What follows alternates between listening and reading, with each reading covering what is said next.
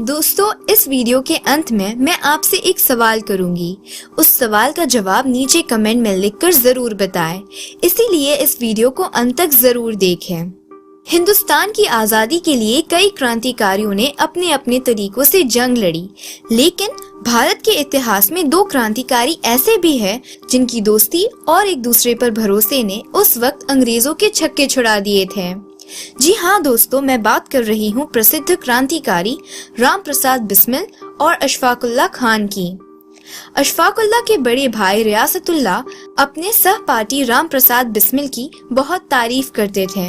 अशफाकुल्ला को शेर व शायरी में बहुत रुचि थी और बिस्मिल को शेर व शायरी में महारत हासिल थी। तो बस फिर क्या, दोनों की शायरियों के जरिए बेहद करीब रिश्ता था। कहते हैं बिस्मिल की मशहूर शायरी सरफरोशी की तमन्ना अब हमारे दिल में है, देखना है जोर कितना बाजुए कातिल में है, कि पहली पंक्ति बिस्मिल जी की है और दूसरी पंक्ति अशफाकुल्ला खान की है। दोस्तों, मशहूर काकोरी कांड कौन नहीं जानता। इस कांड से अंग्रेजों के पैरों के नीचे से जमीन खिसक गई थी। इस कांड के दो मुख्य क्रांतिकारी राम प्रसाद बिस्मिल और अशफाकुल्ला खान की दोस्ती अंग्रेजों को भी नहीं भा रही थी। अंग्रेजों ने इन दोनों के बीच में फूट डालने की हर मुमकिन कोशिश की थी।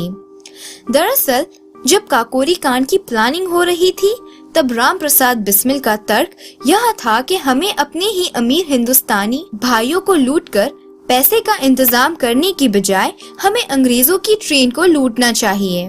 लेकिन इस बात को सबसे पहले ना कहने वाले अशफाकुल्ला खान ही थे। उनका तर्क यह था कि अगर हम ऐसा करेंगे तो सरकार हमें और हमारी पार्टी को खत्म कर देगी।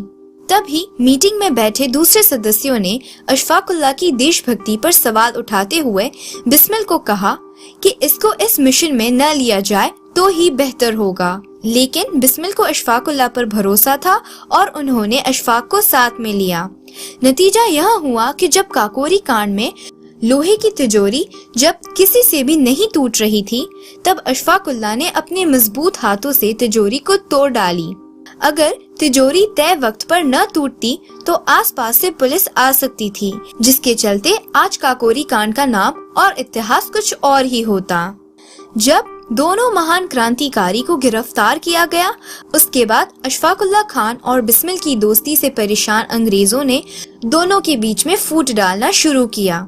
अंग्रेजों की तरफ से खान बहादुर तसद्दुक हुसैन को इस केस का कैप्टन बनाकर भेजा गया।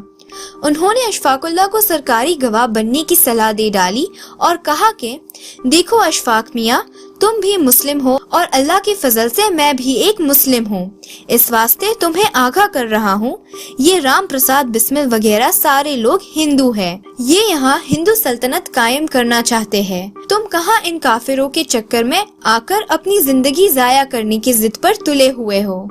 मैं तुम्हें आखिरी बार समझाता हूँ, मियाँ मान जाओ, फायदे में रहोगे। इसके जवाब में अशफाकुल्ला कहते हैं, खबरदार, जुबान संभाल कर बात कीजिए। पंडित जी को आपसे ज्यादा मैं जानता हूँ। उनका मकसद यहाँ बिल्कुल नहीं है, और अगर हो भी तो हिंदू राज्य तुम्हारी इस अंग्रेजी राज्य से बेहतर ही होगा। आपने उन्हें काफिर कहा, इसीलिए मैं आपसे यही दरख्वास्त करूंगा कि मेहरबानी करके आप अभी इसी वक्त यहाँ से तशरीफ ले जाएं, वरना मेरे ऊपर दफा 302 का एक केस और कायम हो जाएगा।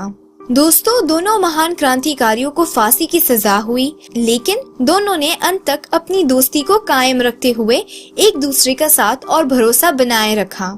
दोस्तों, इस वीडियो पर मेरा सवाल यह है कि क्या हमें लव जिहाद या फिर इंटॉलरेंस या फिर बीफ न खाने जैसे टॉपिक्स को छोड़कर हमें राम प्रसाद बिस्मिल और अशफाकुल्ला खान की तर्ज पर हिंदू मुसलमान की दोस्ती को आगे लाना नहीं चाहिए? क्या हमें इन्हीं दो महान क्रांतिकारियों को एक मिसाल बनाकर उनसे सीख नहीं लेनी चाहिए? अपने जवाब कमेंट में जरूर बताएं।